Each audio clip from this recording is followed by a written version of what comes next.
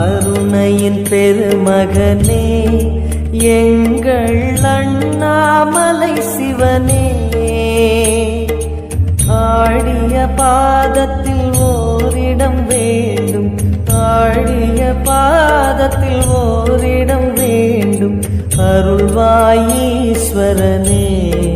அன்பே அருணாச்சல சிவனே.